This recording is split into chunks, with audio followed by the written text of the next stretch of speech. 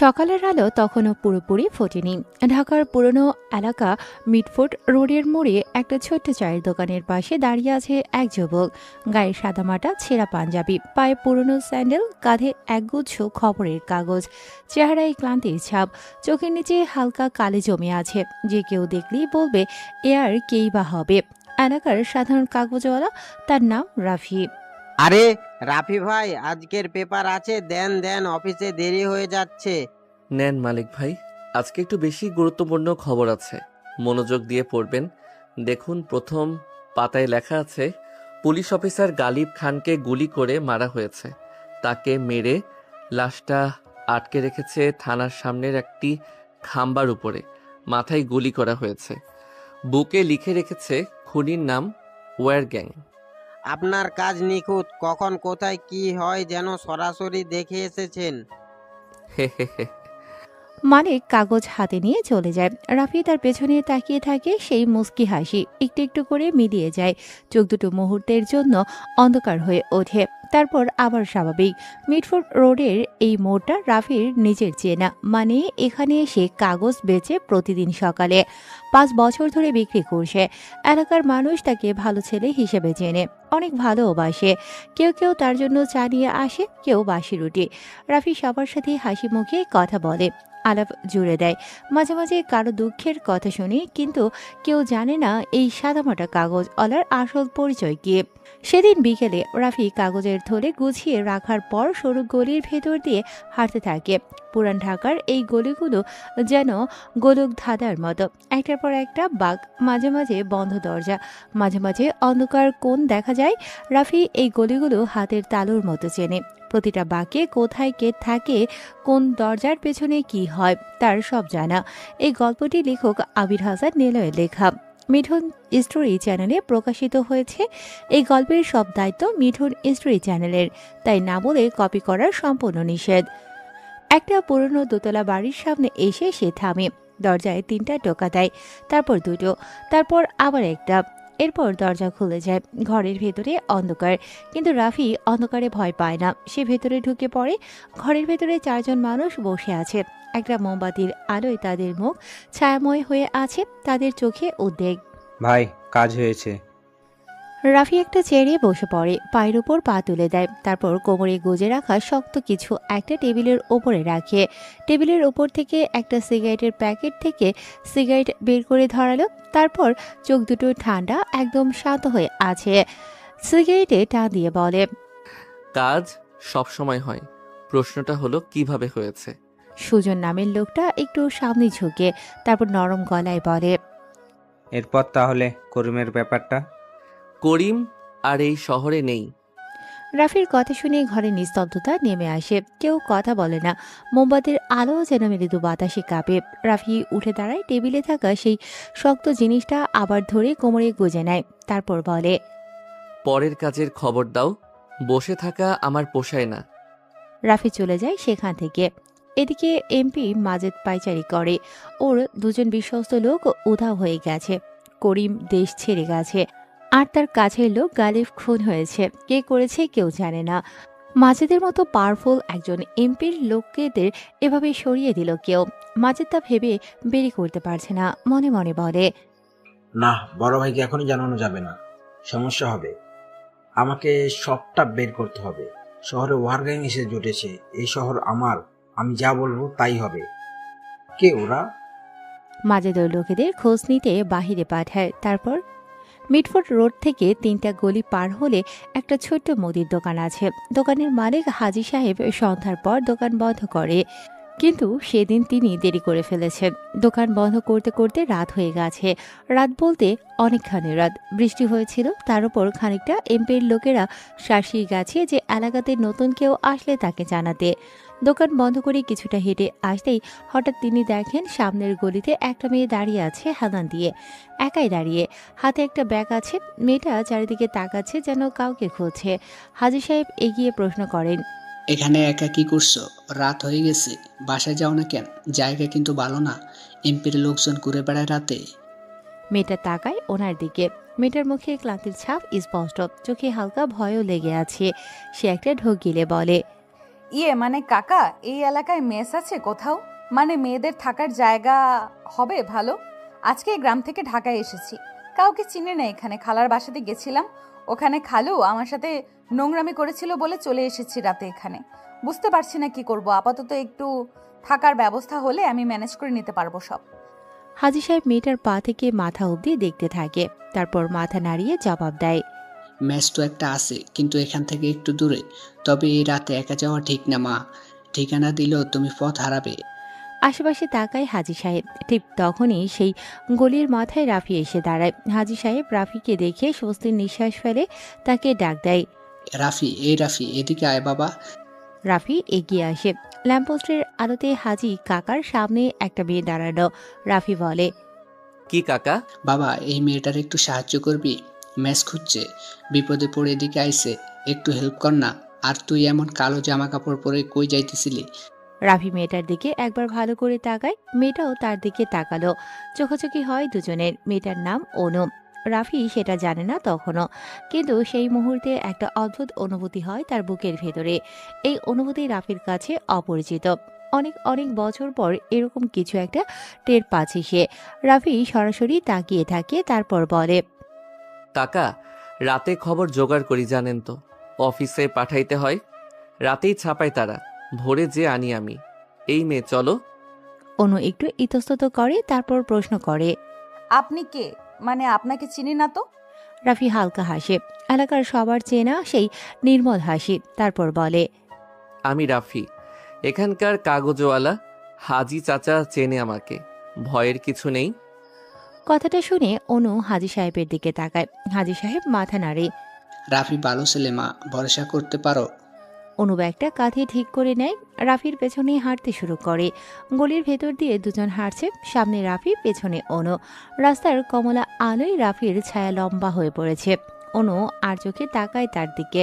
সাদামাটা পাঞ্জাবি পরা একটা সাধারণ ছেলে, মাথার চুল একটু এলোমেলো, হাঁটার ধরনে একটা নিজস্ব ছন্দ আছে।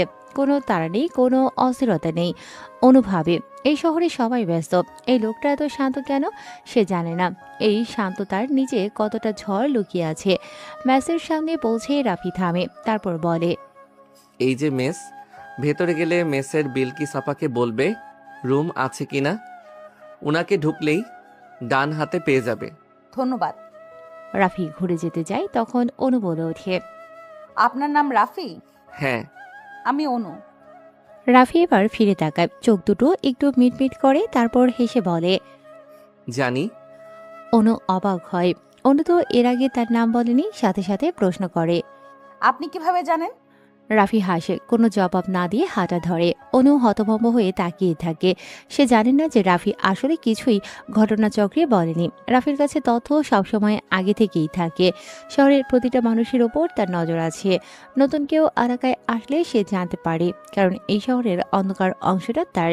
মিটফোর্ড রোডের মোড়ে রাফি তার চিরচেনা জায়গায় দাঁড়িয়ে আছে। কাঁধে কাগজের বোঝা, হাতে একটা চাপ। ভোরের আলো তখনও কুয়াশার ভেতর দিয়ে কোনো রকমে উকি দিচ্ছে।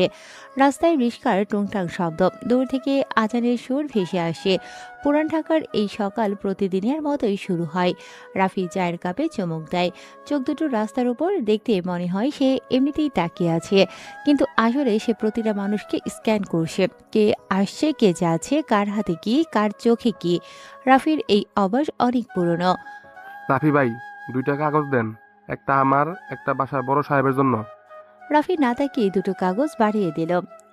জলিল ভাই, আজকে একটু সাবধানে থাকবেন। আপনার রাজীব ম্যান মানে বড় সাহেবকেও বলবেন। কেন, কি হয়েছে? রাফি এবার তার দিকে তাকায়, চোখে সেই অদ্ভুত শান্ত দৃষ্টি। কিছু না, এমনি বললাম। এলাকায় কিছু নতুন মুখ দেখছি গতকাল থেকে। পরিচিত না, তবে আজকের খবর দেখছেন? ওয়্যার গ্যাং নামের একটা নতুন আন্ডারওয়ার্ল্ডে গ্যাং এসেছে। তারা ধরে ধরে বড় লোকদের মারছে।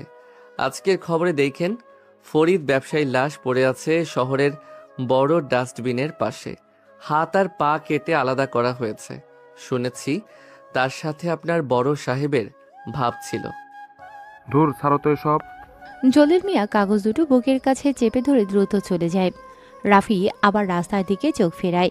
সেই একই সকালে অনু মেসের ছোট্ট ঘরটায় বসে আছে। রাতটা ভালো কাটেনি একদম। নতুন জায়গা, অপরিচিত সব। বাইরে রাস্তার আওয়াজ বেশি। ঘুম আসেনি ঠিকমতো এসবের জন্য। দুদিন ধরে ঘুমোতেই পারেনি। তাতে চোখের নিচে কালি জমেছে। সে জানালা দিয়ে বাইরে তাকায়। পুরান ঢাকার সকাল দেখে অনু। সরু গড়ি, পুরনো দালান, ছাদে কাপড় শুকোতে দেয়া, নিচে চায়ের দোকানে ভিড়। এই শহর তার নিজের শহর না। সে এসেছে রাজশাহী থেকে। ঢাকা এসেছে একটাই কারণে, একটা চাকরির জন্য। ব্যাগ থেকে কিছু কাগজপত্র বের করে সে। তাতে একটা ঠিকানা লেখা, মিডফোর্ড রোড, ফার্মাসিউটিক্যাল কোম্পানি, ৩য় তলা। অনু উঠে পড়ে। মুখ ধুয়ে চুল আঁচড়ে সাদামাটা সালোয়ার কামিজ পরে বের হয় সে। কিছু খায়নি সে। বিলকিস আপা, রাফি আর হাজির নাম শুনেই অনুকে আর প্রশ্ন করেনি, থাকতে দেয়। ভাড়া ৪,০০০ টাকা প্রতি মাসে। মেসের দরজা থেকে বের হতেই গলির বাতাসে পুরান ঢাকার গন্ধ নাকে আসে। মশলা ধোয়া পুরনো ইট আর রান্নার মিশেল গন্ধ। অনু হাঁটতে থাকে। কিছু দূর যেতেই সে থমকে যায়। মিডফোর্ড রোডের মোড়ে কাগজওয়ালা ছেলেটা দাঁড়িয়ে আছে। মানে কালকের ওই ছেলেটা, রাফি। অনু একটু ইতস্তত করে, তারপর সামনে এগিয়ে যায়। রাফির কাছে এসে বলে, আপনি এখানে? রাফি তার দিকে তাকায়, মুখে সেই চেনা হাসি। হ্যাঁ, এখানেই পাশে থাকি। রাত ভালো কেটেছে? না, কেন? নতুন জায়গা, ঘুম হয় নাকি? কিছুদিন পর হবে। এই শহর একটু সময় নেয়, কিন্তু একবার ধরে নিলে ছাড়ে না।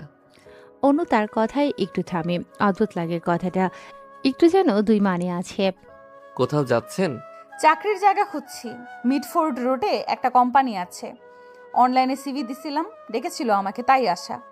রাফি কাগজের থলে থেকে একটা খবরের কাগজ বের করে দেয়, তারপর বলে, নেন। রাস্তায় কোনো কাগজ পড়লে পথ চেনা সহজ হয়। অনু কাগজটা হাতে নেয়, মেলে দেখে নেয় কোম্পানির ঠিকানা দিয়ে চাকরির সার্কুলার প্রকাশিত খবর। সেটা দেখার পর রাফির চোখের দিকে তাকায় অনু। আপনি গতকাল বললেন আমার নাম জানেন কিভাবে? রাফি চায়ের শেষ চুমুকটা দেয়, কাপটা পাশের দোকানে রাখে, তারপর বলে, এলাকার সবার খবর রাখি। কাগজওয়ালার কাজই তো খবর রাখা। অনু বিশ্বাস করে না পুরোপুরি, কিন্তু আর প্রশ্ন করে না। ধন্যবাদ। অনু হাঁটতে শুরু করে। রাফি পেছন থেকে বলে, সোজা গিয়ে বাঁয়ে মোড় নেবেন, তারপর লাল দালানটা দেখলেই থামবেন, ওটাই গেট। অনু ঘুরে তাকায়। রাফি ততক্ষণে অন্য একজন কাস্টমারের দিকে মনোযোগ দিয়েছে, যেন সে অনুকে খেয়ালই করেনি। সেদিন দুপুরে রাফি ম্যাচের পেছনের গলিতে দাঁড়িয়ে ফোনে কথা বলছে, গলা নিচু করে, চোখ এদিক ওদিক। মাল কোথায় গেছে? ওপাশ থেকে একটা কণ্ঠ শোনা যায়, ভাই বন্দর ঘাটে রাখা আছে, রাতে সরাতে হবে। কতজন পাহারায়? 4 জন। তবে ভাই একটা সমস্যা, কি? শাহেদের লোক এসেছে এলাকায়, তারা নজর রাখছে, আর এমপি মাজেদ আবার শুরু করেছে। রাফির চোখ সরু হয়ে আসে, মুখের ভাব বদলায়। এই মুহূর্তে যে রাফিকে দেখা যাচ্ছে, সে সকালের কাগজওয়ালা রাফি না। শাহেদকে বলো আমি জানি সে এসেছে, আর বলো এই এলাকায় আমার অনুমতি ছাড়া কেউ নিঃশ্বাস নেয় না। আর সিরাজকে বলো মাজেদের সাথে ঘরোয়া আলাপ সারতে। বুঝেছি ভাই। রাফি ফোন রেখে দেয়। ঠিক তখনই গলির অন্য মাথা থেকে একটা শব্দ আসে। রাফি ঘুরে তাকায়, কেউ নেই সেখানে। কিন্তু রাফি নিশ্চিত এখানে কেউ ছিল, কিন্তু সে কে? সন্ধ্যায় অনু ম্যাসে ফিরে। চাকরির ইন্টারভিউ ভালো হয়েছে, আগামীকাল থেকে কাজে যোগ দিতে হবে। মনে হালকা আনন্দ, অবশেষে কাজটা পেয়েছে সে। মেসের সামনে এসে দেখে রাফি পাশের দেয়ালে হেলান দিয়ে দাঁড়িয়ে আছে। অনু একটু চমকায়, কোনো না কোনোভাবে রাফির সাথে তার দেখা হয়ে যাচ্ছে। আপনি এখানে কেন? চাকরি হয়েছে? হয়েছে, কিন্তু আপনি কিভাবে জানেন আমি চাকরির ইন্টারভিউতে গেছিলাম? আপনি নিজেই বলেছিলেন সকালে চাকরি দরকার। হ্যাঁ, তো কি করেন মেসের সামনে? মহিলা মেসের সামনে ঘুরঘুর করেন কেন? মেসের বিলকিস আপার সাথে একটু কথা বলতে এসেছিলাম, পরিচিত আমার। অনু বিশ্বাস করে, কিন্তু মনের ভেতরে একটা ছোট্ট প্রশ্ন থেকে যায়। দুজন কিছুক্ষণ চুপচাপ দাঁড়িয়ে থাকে, তারপর অনু বলে, এই শহরটা কেমন যেন, মানুষগুলো পরিচিত হওয়ার আগেই মনে হয় অনেক কিছু জানে। এই শহরের কানে খুব জোর। আর চোখে? রাফি তার দিকে তাকায়, সেই চোখ শান্ত, গভীর, অন্ধকারের মতো। চোখে তার চেয়েও বেশি। অনু আর কথা বাড়ায় না, রাফিও না। রাফি চলে যায়, অনু মেসের দরজায় দাঁড়িয়ে তার যাওয়া দেখে। রাত তখন প্রায় 2টা বাজে। পুরান ঢাকার বুকে একটা পরিত্যক্ত গুদাম ঘর আছে। একসময় এখানে কাপড়ের গোদাম ছিল, এখন শুধু ধুলো, মরিচা আর অন্ধকার ছাড়া কিছুই নেই। বাইরে থেকে দেখলে মনে হয় বছরের পর বছর কেউ ঢোকেনি এখানে। দরজায় মরিচা পড়া, তালা ঝোলে সবসময়, দেয়ালে শ্যাওলা জমেছে, পুরো বিল্ডিংটা যেন মৃত। কিন্তু ভেতরে আলো জ্বলছে, একটাই বাল্ব, হলুদ রঙের বাল্ব, বাতাসে একটু একটু দুলছে। সেই আলোর নিচে একটা চেয়ারে বাঁধা আছে একজন মানুষ, তার নাম মাজেদ। সংসদ সদস্য সে, এই শহরের বড় মাপের নেতা। 3 মেয়াদে এমপি তিনি, খুবই ক্ষমতাবান লোক। গলায় সোনার চেন আছে, হাতে দামি ঘড়ি, সবসময় পাঁচরও গাড়িতে চলেন। সামনে পেছনে লোক লস্করে ভরতে থাকে, মানুষের সামনে হাসি মুখে কথা বলে, ছবি তোলেন, কোনো কিছু উদ্বোধন করেন। এলাকার লোক তাকে সালাম দেয়। কিন্তু এই রাতে মাজেদ সাহেবের হাত দুটো পিস মোড়া করে বাঁধা আছে, পায়েও দড়ি, মুখে কাপড় গোজা আছে একটা, চোখ দুটো ভয়ে বড় বড় হয়ে আছে তার, কপাল থেকে ঘাম ঝরছে টপ টপ করে। সে বুঝতে পারছে না কোথায় আছে। গাড়ি থেকে তুলে আনার সময় চোখ বাঁধা ছিল, কতক্ষণ ধরে আসছিল মনে নেই, শুধু জানে সে এখন অন্ধকার একটা জায়গায়। আর চারদিকে যারা দাঁড়িয়ে আছে তাদের মুখে মুখোশ, কালো মুখোশ পরা। 5 জন দাঁড়িয়ে একদম নিস্তব্ধ হয়ে, নড়ছে না, কথাও বলছে না, শুধু দাঁড়িয়ে আছে। কেবল তাদের চোখ দেখা যাচ্ছে, সেই চোখে কোনো আবেগ নেই। মাজেদ মুখের কাপড়ের ভেতর দিয়ে কথা বলার চেষ্টা করে, কিন্তু বের হয় শুধু গোঙানি। তখন পেছন থেকে পায়ের শব্দ ভেসে আসে, ধীরে ধীরে, একদম ধীরে, যেন কোনো তাড়া নেই তার। কেউ হেঁটে আসছে তার দিকে। মাজেদ ঘাড় ঘোরানোর চেষ্টা করে। 5 জন ছাড়াও আরও একজন আসলো, সেও কালো পোশাকে, মুখে মুখোশ পরা, কিন্তু বাকিদের থেকে আলাদা সে, লম্বা অনেকটা।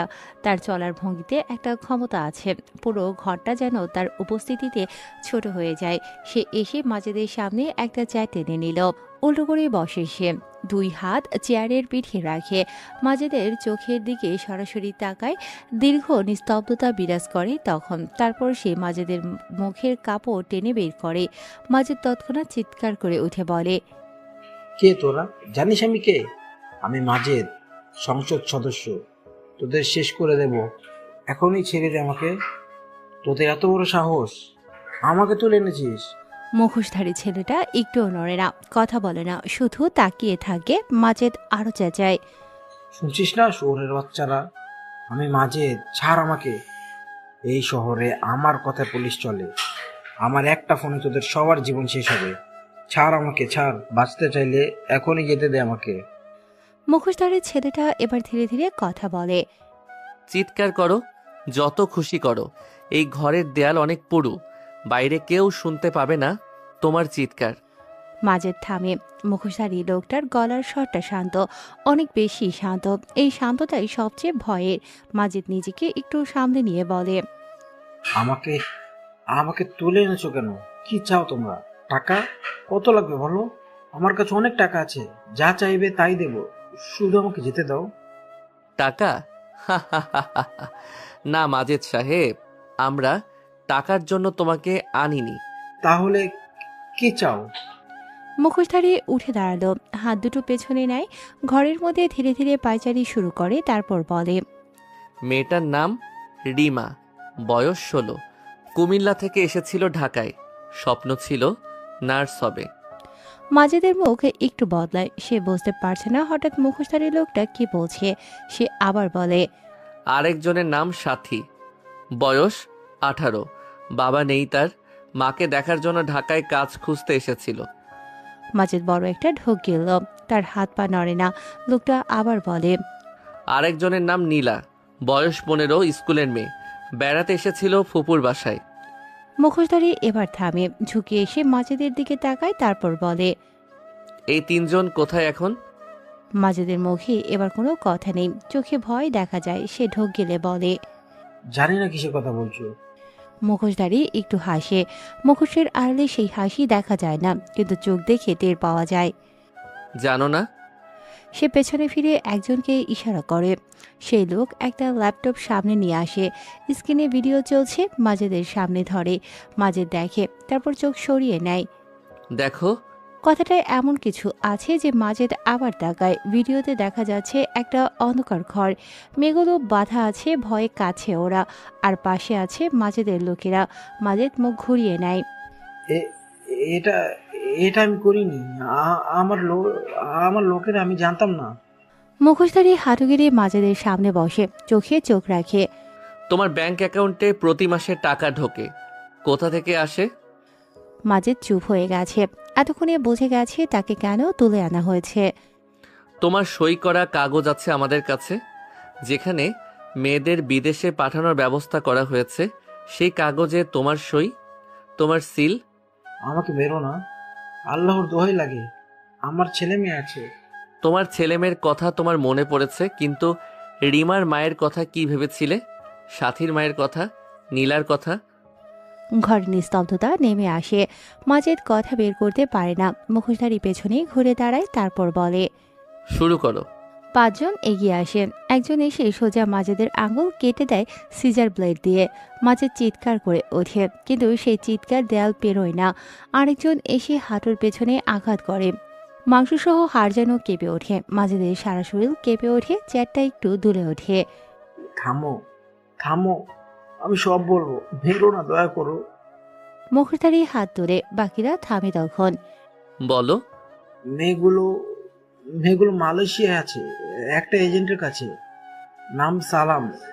তার তার নম্বর আমার ফোনে আছে। আর কতজন? গত গত 2 বছরে 50 জন পাঠিয়েছি। 50 জন? সে পেছনে ঘুরে দাঁড়িয়ে থাকে, কথা বলে না। ঘরে পিনপতন নিস্তব্ধতা বিরাজ করছে। তারপর ধীরে ধীরে ঘুরে বলে। সালামের নম্বর নিয়ে নাও, আর মাজেদের ফোনে যা আছে সব কপি করো। একজন এগিয়ে যায়। মাজেদ একটু স্বস্তি পায়, মনে হয় হয়তো বেঁচে যাবে। তুমি কি ভাবছো আমরা তোমাকে ছেড়ে দেব? মাজেদ আবার জমে যায়। মুখোশধারী এগিয়ে আসে, একদম কাছে এসে বলে। এই গল্পটির লেখক আবির হাসান নিলয়ের লেখা। মিঠুন স্টোরি চ্যানেলে প্রকাশিত হয়েছে। এই গল্পের সব দায়িত্ব মিঠুন স্টোরি চ্যানেলের, তাই না বলে কপি করা সম্পূর্ণ নিষেধ। 50টা মেয়ে, 50টা জীবন, তুমি সেগুলো বিক্রি করেছো পণ্যের মতো। আমাকে আমাকে পুলিশে দাও, আইনের কাছে দাও। পুলিশ? যে পুলিশের অফিসারদের তুমি প্রতি মাসে টাকা ভর্তি খাম পাঠাও, সেই পুলিশ? মাজেদ আর কথা বলে না। মুখোশধারী সরে দাঁড়ালো, তারপর আবার বলল। শেষ করো, কিন্তু দ্রুত না, ধীরে ধীরে, যেন সে বোঝে এই যন্ত্রণা কেমন, যেন সে মনে করতে পারে প্রতিটা মেয়ের মুখ। না, না, আল্লাহ, কেউ নেই, কেউ নেই, আমাকে বাঁচাতে। টাকা দেবো সবাইকে, কোটি টাকা, ছাড়ো আমাকে। মুখোশধারী ঘুরে দরজার দিকে হাঁটে। পেছনে শব্দ শুরু হয়। একজন এসে মাজেদের কিডনি সোজা চিকন ছুরি ঢুকিয়ে দিল। আরেকজন এসে হাত সোজা ব্লেড চালায়। এরপর আরেকজন চোখের ভেতর দিয়ে চাকু ঢুকিয়ে ঝরে ঘোরাতে থাকে। মাজেদের কণ্ঠস্বর একটু একটু করে দুর্বল হতে থাকে। মুখোশধারী দরজার কাছে দাঁড়িয়ে একটু থামে। পকেট থেকে একটা কাগজ বের করে, তাতে লেখা 50টা নাম। সে একবার দেখে, তারপর ভাঁজ করে আবার পকেটে রাখে। বাইরে বেরিয়ে আসে। রাতের বাতাস লাগে মুখে। মুখোশ খোলে সে। মুখোশের আড়ালে যে ছিল সে হলো রাফি। চোখ দুটো এখন শান্ত, একদম শান্ত, যেন ভেতরে খানিক আগে কিছু হয়নি, যেন সে শুধু রাতের বাতাসে একটু হাঁটতে বেরিয়েছে। সে আকাশের দিকে তাকায়, তারপর পকেট থেকে ফোন বের করে। সুজন, সালাম নামে একজন আছে মালয়েশিয়ায়, তার কাছে 50টা মেয়ে। মালয়েশিয়ান মাফিয়া স্যাভেজ গ্যাংয়ের লিডার আর্থা কুলারের সাথে যোগাযোগ করো, বলবে ওয়্যার গ্যাং থেকে পাঠিয়েছে তোমাকে। তারপর কাজটা কি বলবে, বাকিটা সে বুঝে নেবে। কাল ভোরের মধ্যে ব্যবস্থা করো। ভাই বুঝেছি। সকালে পেপারে খবর আসবে। ফোন রেখে দেয় রাফি। পরদিন ভোর হয়। মিডফোর্ড রোডের মোড়ে রাফি দাঁড়িয়ে আছে, কাঁধে কাগজের বোঝা, হাতে চা, 1 কাপ লাল চা। রাফি ভাই, আজকের কাগজে দেখলেন এমপি মাজেদকে মৃত পাওয়া গেছে। কি সাংঘাতিক, মাজেদকেও সরিয়ে দিল। রাফি কাগজের দিকে তাকায়। শিরোনাম বড় করে লেখা, এমপি মাজেদের রহস্যজনক মৃত্যু, খুন করেছে ওয়ারগ্যাং, পুলিশের তদন্ত শুরু। রাফি মাথা নাড়ায়। দুনিয়াটা অদ্ভুত জলিল ভাই, যে যা করে তার হিসাব একদিন না একদিন হয়। জলিল মিয়া মাথা নাড়িয়ে চলে যায়। রাফি চায়ে চুমুক দিতে থাকে। ঠিক সেই মুহূর্তে দূর থেকে অনু আসতে দেখা যায়। অফিসে যাচ্ছে অনু, হাতে ব্যাগ, চুল বাঁধা, মুখে হালকা ক্লান্তির ছাপ। রাফি তার দিকে তাকালো। অনু কাছে আসতেই রাফি একটা কাগজ এগিয়ে দেয়। আজকের পেপার নিন। অনু হাতে নেয়, শিরোনাম দেখে। এমপি মরে গেছে। হুম। লেখা আছে নারী পাচারের সাথে যুক্ত ছিল মাজেদ। 2 বছরের ভেতরে 50টা নারীর পাচার করেছে মাজেদ। শহরে গ্রাম থেকে আসা মেয়েদের কাজের নাম করে পাচার করে দিত মাজেদ। তারপর থানায় পুলিশদের কিনে অন্ধকারে চলতো তাদের বিজনেস। ইস, এই মানুষগুলো কিভাবে পারে? রাফি কিছু বলে না, সে চা খেতে ব্যস্ত। অনু রাফির দিকে তাকায়, তারপর বলে, আচ্ছা, আপনি কি মনে করেন? মানে ওই ওয়ার গ্যাং খুন করেছে, সে কি ঠিক করেছে? কেউ কেউ আইনের বাইরে থাকে অনু, তাদের বিচার আইন করতে পারে না। তাহলে কে করে? যার কাছে সাহস আছে। অনু আর কথা বাড়ায় না, কাগজটা ব্যাগে রেখে হাঁটতে শুরু করে। রাফি তার যাওয়া দেখে, মুখে কোনো ভাব নেই, শুধু চোখে একটা অদ্ভুত আলো। পুরান ঢাকার বাইরে নারায়ণগঞ্জ সংলগ্ন একটা বড় বাড়ি। বাইরে থেকে দেখতে আমদানি রপ্তানির ব্যবসা, ভেতরে চলে আসল রাজত্ব। 2 তলা জুড়ে অস্ত্র, টাকা, মানুষে ভর্তি। চারিদিকে পাহারা আছে, ছাদে আছে সিসিটিভি। গেটে 3 জন করে লোক।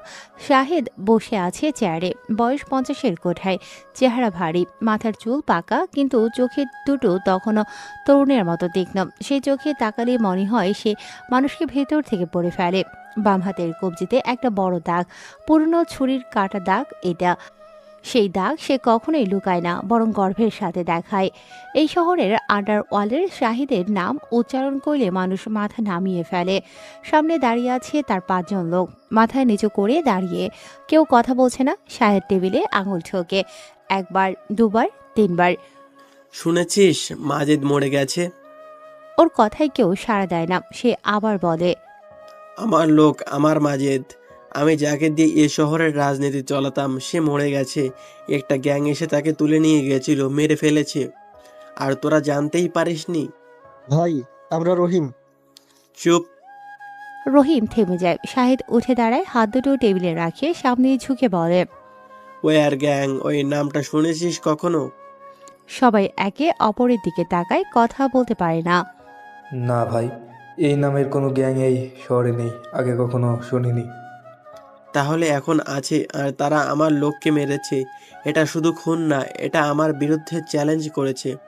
ঘরে ভারী নিঃশ্বাস পড়ে। শাহেদ জানলার কাছে যায়, নিচের রাস্তার দিকে তাকায়।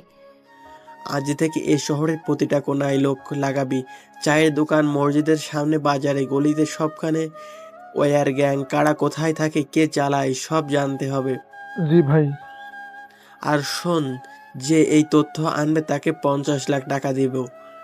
আর যে ওয়ার গ্যাং এর মাথাটা এনে দেবে তাকে দেব 1 কোটি। ঘরে সারা পড়ে যায়। শাহেদ আবার চেয়ারে বসে, চোখ বন্ধ করে তারপর খোলে। এই শহরে আমার অনুমতি ছাড়া কেউ এভাবে কিছুই করবে না। এটা কেউ যদি ভুলে গিয়ে থাকে তাহলে মনে করিয়ে দেওয়ার সময় হয়েছে। সবাই চলে যায় ঘর থেকে। সেদিন রাত 9টা। মিডফোর্ড রোড থেকে 2 গলি দূরে একটা সরু রাস্তা। রাস্তার আলো কম, দুপাশে পুরনো দালান।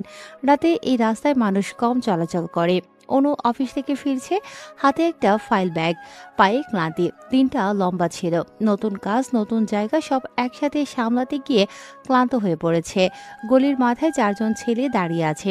তারা ওয়ার গ্যাংয়ের তথ্য খুঁজতে থাকে। অনু আসে সেখান দিয়ে। অনু একটু সতর্ক হয়, পা চালিয়ে যেতে থাকে, কিন্তু ছেলেগুলো পথ ছাড়ে না। এই যে সুন্দরী, এত রাতে একা কোথায়? এই শহরে আমাদের চোখের আড়ালে থাকা তো পাপ। চলো তোমাকে একটু লিফট দিয়ে আসি। অনু থামে না, মাথা নিচু করে হাঁটতে থাকে। আরে থামো না, কথা বলছি। অনু থামে, ঘুরে তাকায়, চোখে সরাসরি। পা ছাড়ুন। আপনাদের সাহস তো কম না। রাস্তা ছাড়ুন বলছি, নয়তো আমি চিৎকার করব। টিপু হাসে, পাশের জনেরাও হাসে। পথ ছাড়বো, কিন্তু আগে একটু কথা বলো।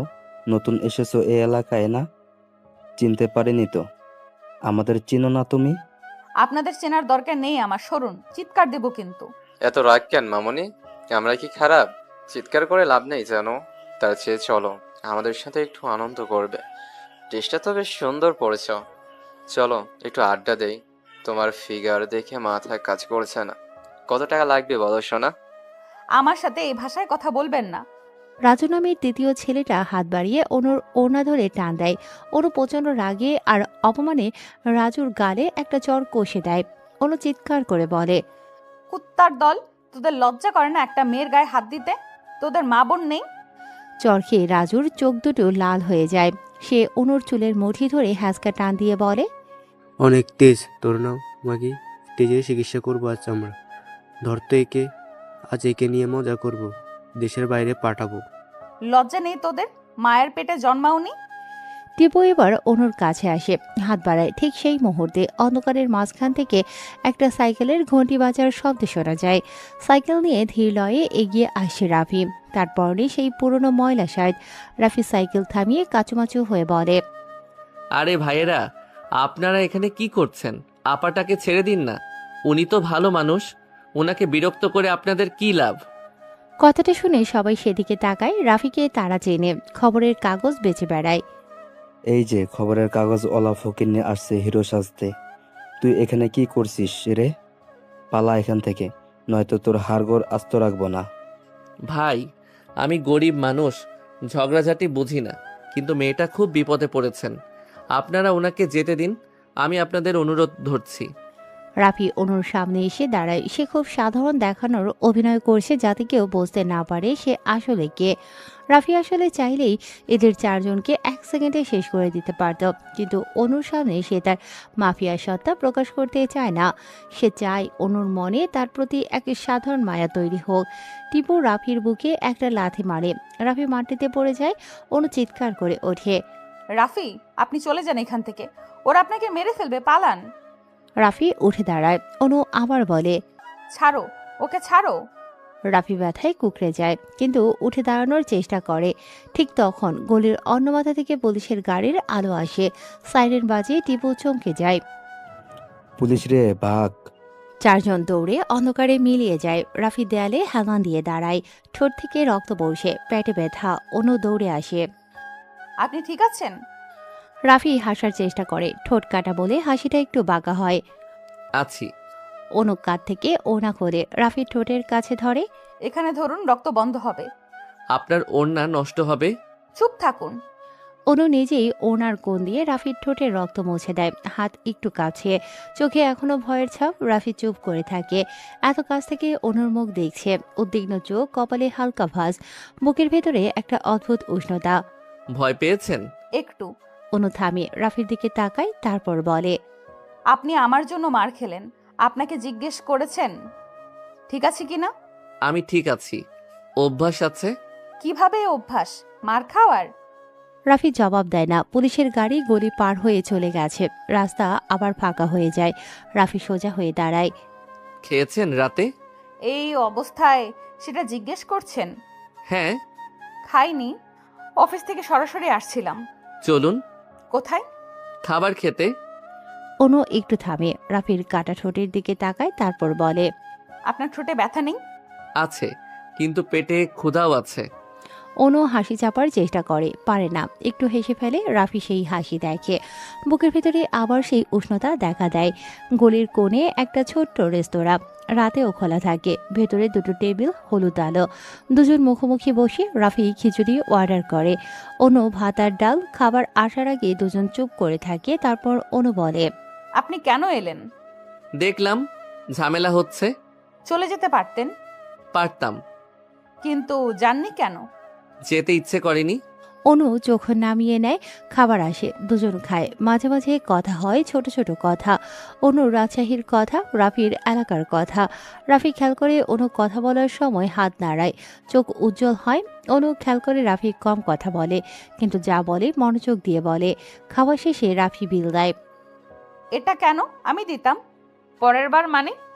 রাফি উঠে দাঁড়ায়, হাত টিস্যু দিয়ে মুছতে মুছতে বলে, মানে পরের বার যদি খেতে আসি, চলুন বাকি পথ আগিয়ে দেই। অনু কিছু বলে না। বের হয় দুজন, হাঁটতে থাকে চুপচাপ। মেসের সামনে পৌঁছে রাফি থামে। পর থেকে রাতে একা আসবেন না, অফিস থেকে কেউ না থাকলে ফোন করবেন। কাকে ফোন করব? কেউ নেই আমার। আর কি? আপনার নাম্বার নেই আমার কাছে। রাফি পকেট থেকে একটা ছোট্ট কাগজ বের করে, তাতে নাম্বার লেখা। অনুর হাতে দেয়। অনু কাগজটা হাতে নেয়। আগে থেকে লেখা ছিল আমার জন্য? রাফি হাসে, কিছু বলে না। কাটা ঠোঁটে ব্যথা লাগে, তবুও হাসে। রাফি। সে চলে যায়। অনু কাগজটা হাতে নিয়ে দাঁড়িয়ে থাকে।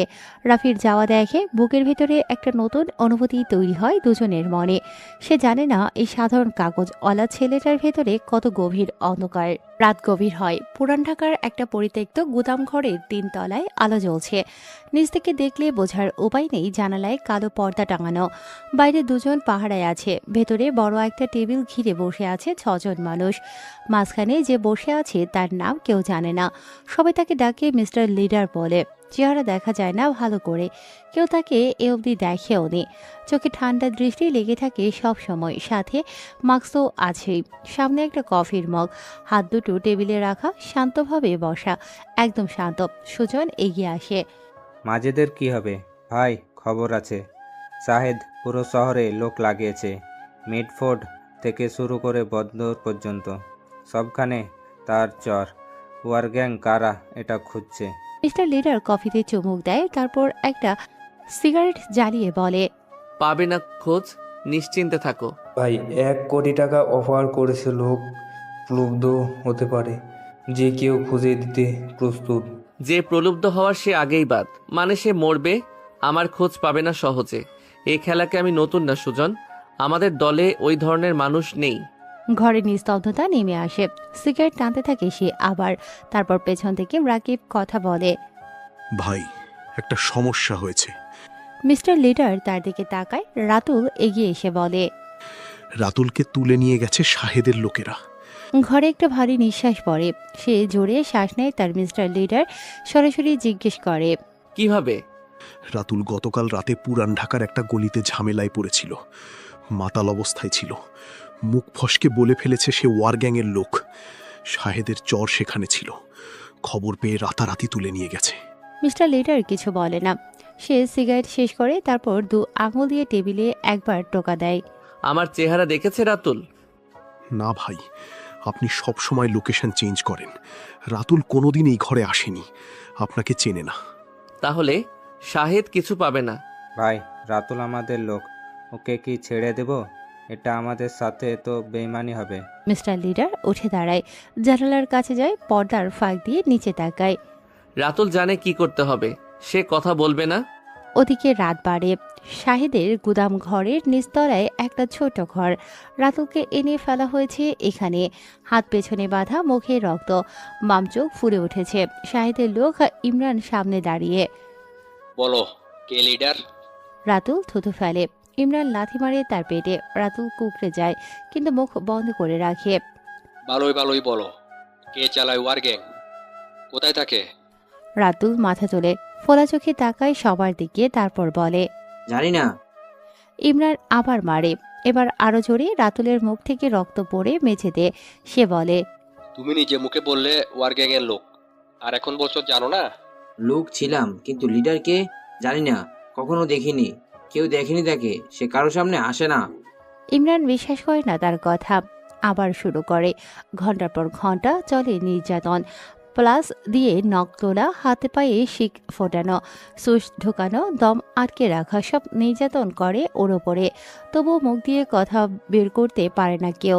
রাতুলের শরীর আর বেশি পারে না সহ্য করতে। চোখ ঝাপসা হয়ে আসে, শ্বাস ভারী হয় তার। শেষবারের মতো ইমরান জিজ্ঞেস করে, বল সবটা, বাঁচিয়ে দিব তোকে। রাতুল চোখ তুলে, ঠোঁটে একটু হাসি। সে হেসে বলে, আমার লিডার কেউই না, একা থাকি আমি, পারলে খুঁজে নে। তারপর চোখ বুজে যায় ওর। ইমরান পেছনে সরে দাঁড়ায়। রাতুল আর নড়ে না। রাতুল মারা যায়। পরদিন সকাল, মিডফোর্ড রোডের মোড়ের ভেতরে রাতুলের লাশ পড়ে থাকতে দেখা যায়। রাফি সাদা পাঞ্জাবি, কাঁধে কাগজের বোঝা নিয়ে দাঁড়িয়ে আছে, আর মুখে চেনা হাসি, কিন্তু ভেতরে খবর পৌঁছে গেছে রাতুল নেই। আর রাফি চায়ে চুমুক দেয়। চোখ বন্ধ করে একটু থাকে সে, তারপর খোলে। পকেট থেকে ফোন বের করে, সুজনকে কল করে। বন্দরে শাহেদের যে চালান আসছে আজ রাতে, আটকে দাও পুরোটা, একটা মালও ছাড়বি না, পুড়িয়ে ফেলবি সব। বুঝেছি ভাই। আর রাতুলের পরিবার আছে? হ্যাঁ ভাই, মা আছে, ছোট বোন আছে। ওদের ব্যবস্থা করো এখনই। ফোন রেখে দেয় রাফি। সেই সকালেই বিলকিস আসে। বিলকিস নামের মহিলাকে এলাকার মানুষ চেনে মেসের মালিক হিসেবে। বয়স 35-এর উপর, কিন্তু এই এলাকার প্রতিটা গলির খবর তার কাছে থাকে। রাফির সাথে তার পুরনো সম্পর্ক। রাফি, পুলিশ বাড়ছে এলাকায়। গতকাল রাতে 3টা গাড়ি এসেছে, সাদা পোশাকেও কেউ কেউ ঘুরছে। জানি আপা। মাজেদের ব্যাপারে তদন্ত হচ্ছে। একজন তরুণ অফিসার নাকি অনেক সক্রিয়। নাম? ইন্সপেক্টর জামিল, নতুন এসেছে। সোজা মানুষ বলে শুনেছি। সোজা মানুষ বিপজ্জনক, চোখে চোখে রাখো। বিলকিস চলে যায় সেখান থেকে। রাফি রাস্তার দিকে তাকিয়ে থাকে। সেদিন দুপুরে রাফি মেসের সামনে দিয়ে যাচ্ছিল, হঠাৎ অনু বের হয়, হাতে একটা ব্যাগ, মুখে একটু ব্যস্ততা ভাব। কোথায় যাচ্ছ? বাজারে, অফিসে আজ হাফ ডে, একটু বের হলাম। রাফি পাশে হাঁটতে থাকে। রাফি বলে, একা যাবেন? যেদিন থেকে আপনার মতো একজন বডিগার্ড পেয়ে গেছি, একা তো আর যেতে পারবো না। বডিগার্ড না, পাড়ার লোক। পার্থক্য কি? বডিগার্ড টাকা নেয়, পাড়ার লোক নেয় না, উল্টো ট্রিট দিয়েছিল। অনু হেসে ফেলে রাফির কথায়। দুজন পাশাপাশি হাঁটে বাজারে ঢোকে। অনুর সবজি দেখছে, দাম জিজ্ঞেস করছে। রাফি পাশে দাঁড়িয়ে থাকে। দোকানদার বেশি দাম বললে রাফি একটু গলা নামিয়ে বলে, দাম ঠিক হয়ে যায়। অনু অবাক হয়। আপনাকে দেখলে সবাই এত ভয় পায় কেন? ভয় পায় না, চেনে। একই কথা। রাফি জবাব দেয় না। রাফি বাজারের ব্যাগগুলো নেয়। বাজার শেষে ফেরার পথে অনু বলে, আপনার ঠোঁট কেটেছিল, এমন কেন? ভালো।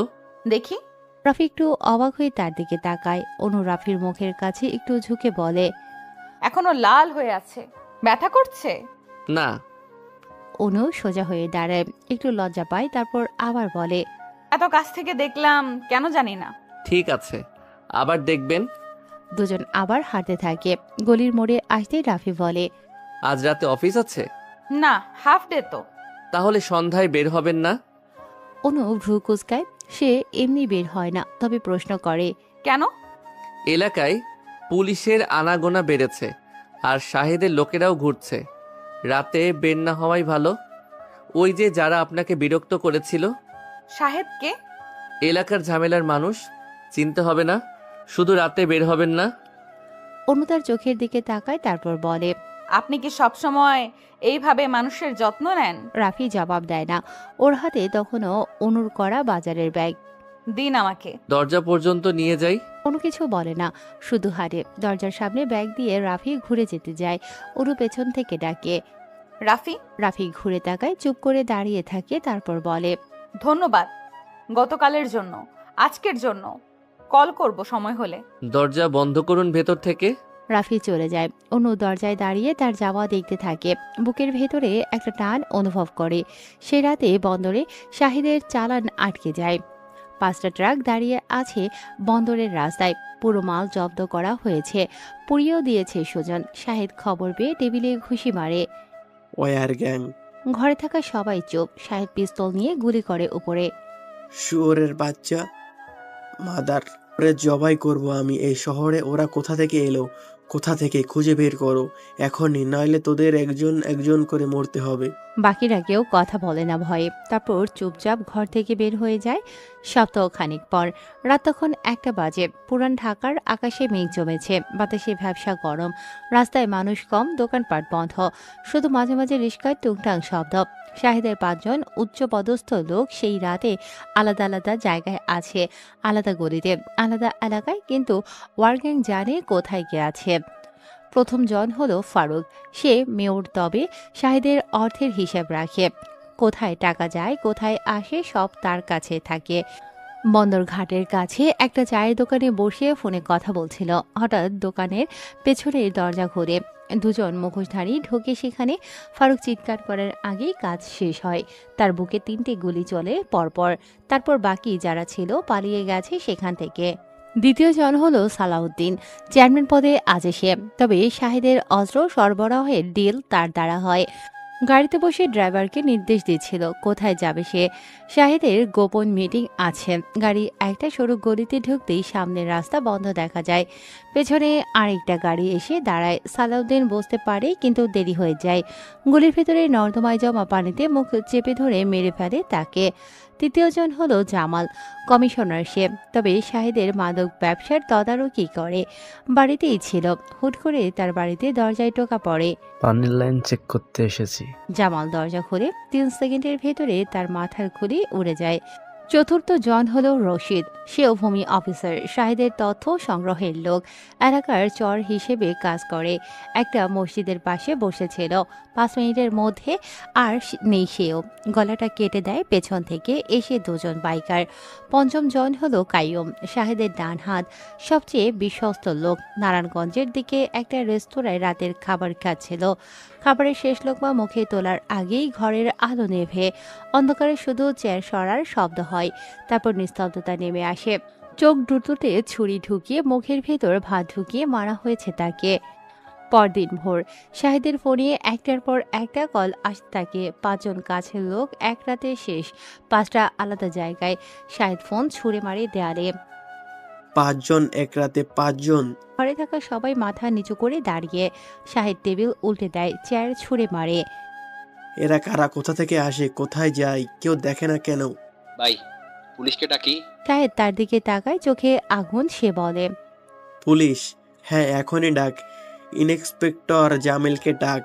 পুরো এলাকা ঘেরাও করতে বলো। ওয়ার গ্যাং নামে যে গ্যাং আছে তাদের ধরতে বলো। কিন্তু ভাই, পুলিশ আসলে আমাদের ব্যাপারেও। তুই কি আমাকে বলে দিচ্ছিস? আমাকে পুলিশ? আমার পকেটে কতজন আছে মনে নেই তোর? ডাক, এখনই ডাক। ওয়ার গ্যাংকে ধরতে বল। আমার লোকের ব্যাপারে একটা কথাও বলবি না।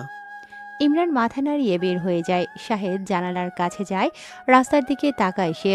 এই গল্পটির লেখক আবির হাসান নিলয় লেখা, মিঠুন স্টোরি চ্যানেলে প্রকাশিত হয়েছে। এই গল্পের সব দায়িত্ব মিঠুন স্টোরি চ্যানেলের, তাই না বলে কপি করা সম্পূর্ণ নিষেধ। ওয়ার গ্যাং, তোরা যেই হোস, এই শহরে তোদের জায়গা নেই। এটা আমার শহর ছিল, আছে, থাকবে। মিটফুট রোডের মোড়ে রাফি দাঁড়িয়ে আছে, কাঁধে কাগজের বোঝা। 2টো পুলিশের গাড়ি এসে থামে। ইন্সপেক্টর জামিল নামে, বয়স 30-এর কাছাকাছি, পরিষ্কার পোশাক, চোখে তীক্ষ্ণ দৃষ্টি, মুখে গোঁফ নেই, চেহারায় একটা সততার ছাপ আছে। জামিল চারিদিকে তাকায়, তারপর রাফির দিকে এগিয়ে আসে। রাফিকে দেখে প্রশ্ন করে, এই যে পত্রিকাওয়ালা ভাই, আপনি এখানে প্রতিদিন থাকেন? জি স্যার, 5 বছর ধরে কাগজ বেচি এখানে। জামিল তাকে উপর থেকে নিচ দেখে। নাম? রাফি, মোহাম্মদ রাফিউল ইসলাম। রাতেও থাকেন এখানে? না স্যার, সন্ধ্যার আগে চলে যাই, কাগজ শেষ হলেই চলে যাই। তবে সামনে বাড়ি, মাঝে মাঝে চা খেতে বের হই, তখন এলাকায় লোকজন দেখি। জামিল একটু ঘুরে দাঁড়ায়, তারপর আবার ফের বলে, গত কয়েকদিনে রাতের দিকে কাউকে দেখেছেন? অস্বাভাবিক, অপরিচিত মুখ? রাফি একটু ভাবার ভঙ্গি করে, কপালে ভাঁজ ফেলে। স্যার, মাঝে মাঝে অপরিচিত মানুষ আসে, তবে রাতের বেলা আমি থাকি না, তাই বলতে পারবো না। তবে হ্যাঁ, কদিন ধরে একটু বেশি অচেনা লোক দেখছি এলাকায়, মনে হচ্ছিল কিছু একটা হয়েছে। জামিল রাফির চোখের দিকে তাকায়। রাফি সরাসরি তাকিয়ে থাকে, চোখে কোনো অস্থিরতা নেই, একদম স্বাভাবিক। ঠিক আছে, কিছু দেখলে জানাবেন। একটা কার্ড বাড়িয়ে দেয় সে। রাফি হাতে নেয় সেটা। অবশ্যই স্যার, আপনারা আছেন বলেই তো আমরা নিরাপদ। জামিল চলে যায়। রাফি কার্ডটা হাতে ধরে থাকে, একটু তাকায় সেদিকে, তারপর পকেটে রাখে। মুখে কোনো ভাব নেই। সেদিন রাতে অনু অফিস থেকে বের হতেই দেখে রাফি রাস্তার ওপাশে দাঁড়িয়ে। অনু একটু অবাক হয়, তারপর হাসে, রাস্তা পার হয়ে আসে। আপনি এখানে? এদিক দিয়ে যাচ্ছিলাম। মিথ্যা কথা। কিভাবে বুঝলেন? আপনার কাগজের বোঝা নেই। রাতে কি এমনি এমনি যাচ্ছিলেন? রাতে কাগজ বেচেন না, তাহলে এদিক দিয়ে যাওয়ার কারণ কি? ধরা পড়ে গেলাম, চলেন তাহলে এগিয়ে দেই। অনু হাসে, রাফিও হাসে, দুজন হাঁটতে শুরু করে। খেয়েছিলেন দুপুরে? চলুন, পাশেই একটা জায়গা আছে, ভালো ভাত রান্না করে। আপনি কি প্রতিদিন আমার খাওয়ার দায়িত্ব নিয়েছেন নাকি? নেইনি, কিন্তু নিতে আপত্তি নেই। অনু একটু থমকায়, তারপর আবার হাঁটে। ছোট্ট রেস্তোরাঁয় দুজন মুখোমুখি বসে। খাবার আসার আগে অনু বলে, আপনি কি কখনো ঢাকার বাইরে গেছেন? গেছি। কোথায়? অনেক জায়গায়। এই, আপনার এত রহস্য কেন সবকিছুতে? রাফি পানির গ্লাসে পানি ঢেলে বলে, রহস্য না, অভ্যাস। কম কথা বলার অভ্যাস। কেন? বেশি বললে বেশি জানা যায়, বেশি জানলে সমস্যা। আপনি কি কখনো ভয় পান কিছুতে? একটা জিনিসে পাই। কিসে? রাফি অনুর দিকে তাকায়, সেই গভীর চোখ, তারপর বলে। কাউকে হারানোর ভয়? অনু চোখ নামিয়ে নেয়। এমন সময় খাবার আসে, দুজন খায়, মাঝে মাঝে কথা হয়। অনু বলে তার মায়ের কথা, রাজশাহীতে একা থাকে। অনু প্রতি মাসে টাকা পাঠাবে। রাফি মনোযোগ দিয়ে শোনে। মায়ের সাথে কথা হয় রোজ? না, রাতে ঘুমানোর আগে। ভালো। আপনার মা? নেই। অনু বুঝতে পারে আর জিজ্ঞেস করা ঠিক না, সে বলে, দুঃখিত। না, ঠিক আছে। খাওয়া শেষ হয়। আজ বিলটা অনু দিয়েছে। তারা বের হয়ে আসে। ফেরার পথে গলির মোড়ে দুজন থামে। অনু বলে, রাফি, একটা কথা জিজ্ঞেস করব? করুন। আপনি কি আমার কথা ভাবেন? মানে এইভাবে আসেন, দেখেন, খাওয়ান, কারণটা কি? রাফি একটু সময় নেয়, অনুর মুখের দিকে তাকিয়ে থাকে কিছু সময়, তারপর বলে, আপনি এই শহরে নতুন, একা থাকেন। এই শহর সবাইকে সমান চোখে দেখে না, তাই আমি আপনার পাশে থাকি। শুধু সেটুকুই? রাফি অনুর চোখের দিকে তাকালো। দীর্ঘ নিস্তব্ধতা বিরাজ করে, তারপর বলে, না। একটাই শব্দ বলে রাফি, কিন্তু সেই একটা শব্দে অনেক কিছু বোঝালো। অনুর বুকের ভেতরে কিছু একটা নড়ে ওঠে। সে যেন হৃৎপিণ্ডের শব্দ শুনতে পায়। আমিও ভাবি আপনার কথা। সকালে উঠে জানলা দিয়ে তাকাই, আপনাকে দেখি কাগজ নিয়ে দাঁড়িয়ে আছেন। মনে হয় দিনটা ঠিকঠাক শুরু হলো আমার। দুপুরে দেখি, রাতেও দেখি। রাফি কিছু বলে না, কিন্তু চোখে একটা উষ্ণতা আসে। অনু ম্যাচের দিকে হাঁটতে শুরু করে। তো আসি। রাতে আর বের হবেন না? জানি, আপনি বলেছেন। রাফি দাঁড়িয়ে থাকে। অনুর যাওয়া দেখে। বুকের ভেতরে একটা অনুভূতি, যেটার নামে সে অনেকদিন মনে রাখেনি। সে রাতে শাহিদ তার অফিসে বসে আছে, সামনে ইমরান। এই গল্পটির লেখক আবির হাসান নিলয়ের লেখা, মিঠুন স্টোরি চ্যানেলে প্রকাশিত হয়েছে। এই গল্পের সব দায়িত্ব মিঠুন স্টোরি চ্যানেলের, তাই না বলে কপি করা সম্পূর্ণ নিষেধ। পুলিশ মাঠে নামছে কাল থেকে, পুরো মিডফোর্ট এলাকা ঘেরাও করবে। ভালো, ওয়ার গ্যাং ধরা পড়লেই হলো। ভাই, একটা খবর আছে। এলাকায় একজন কাগজওয়ালা আছে, রাফি নামে। প্রতিদিন সকাল থেকে থাকে মিডফোর্ট রোডে, সব গলি চেনে, এলাকার মানুষ সবাই চেনে। ওরে কি আনবো?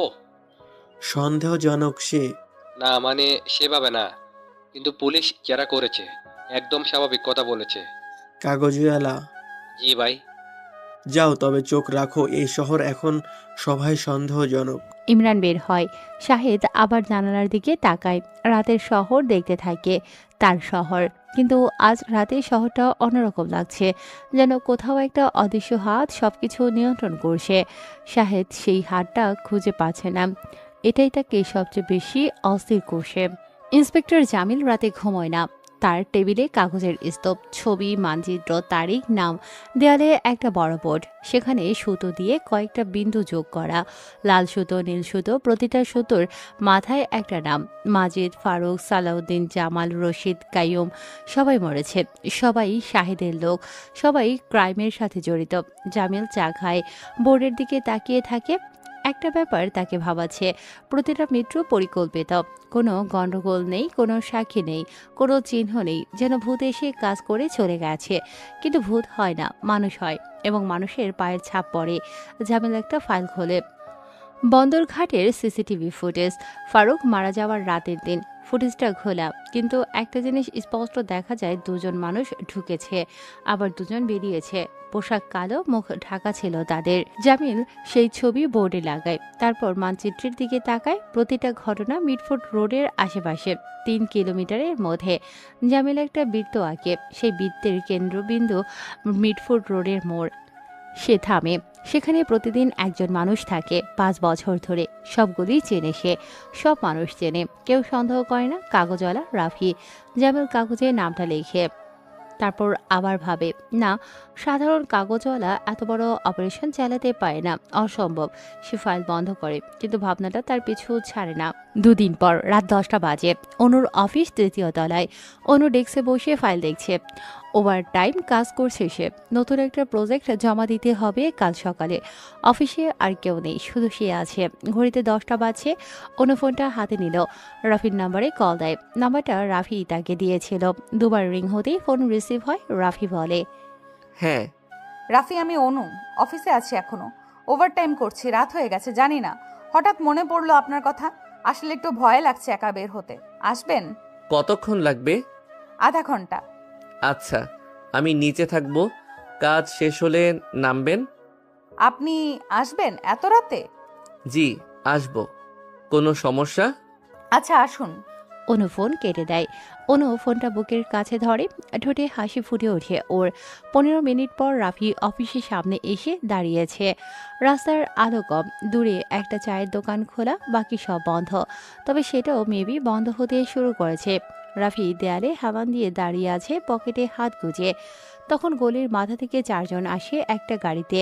সবার সামনে ইমরান, পেছনে টিপু, সোহেল, বাবলুও আছে। ইমরান রাফির সামনে এসে দাঁড়ালো, উপর থেকে নিচ অবধি রাফিকে দেখে, তারপর প্রশ্ন করে, তুই কাগজ বেচিস এলাকায়?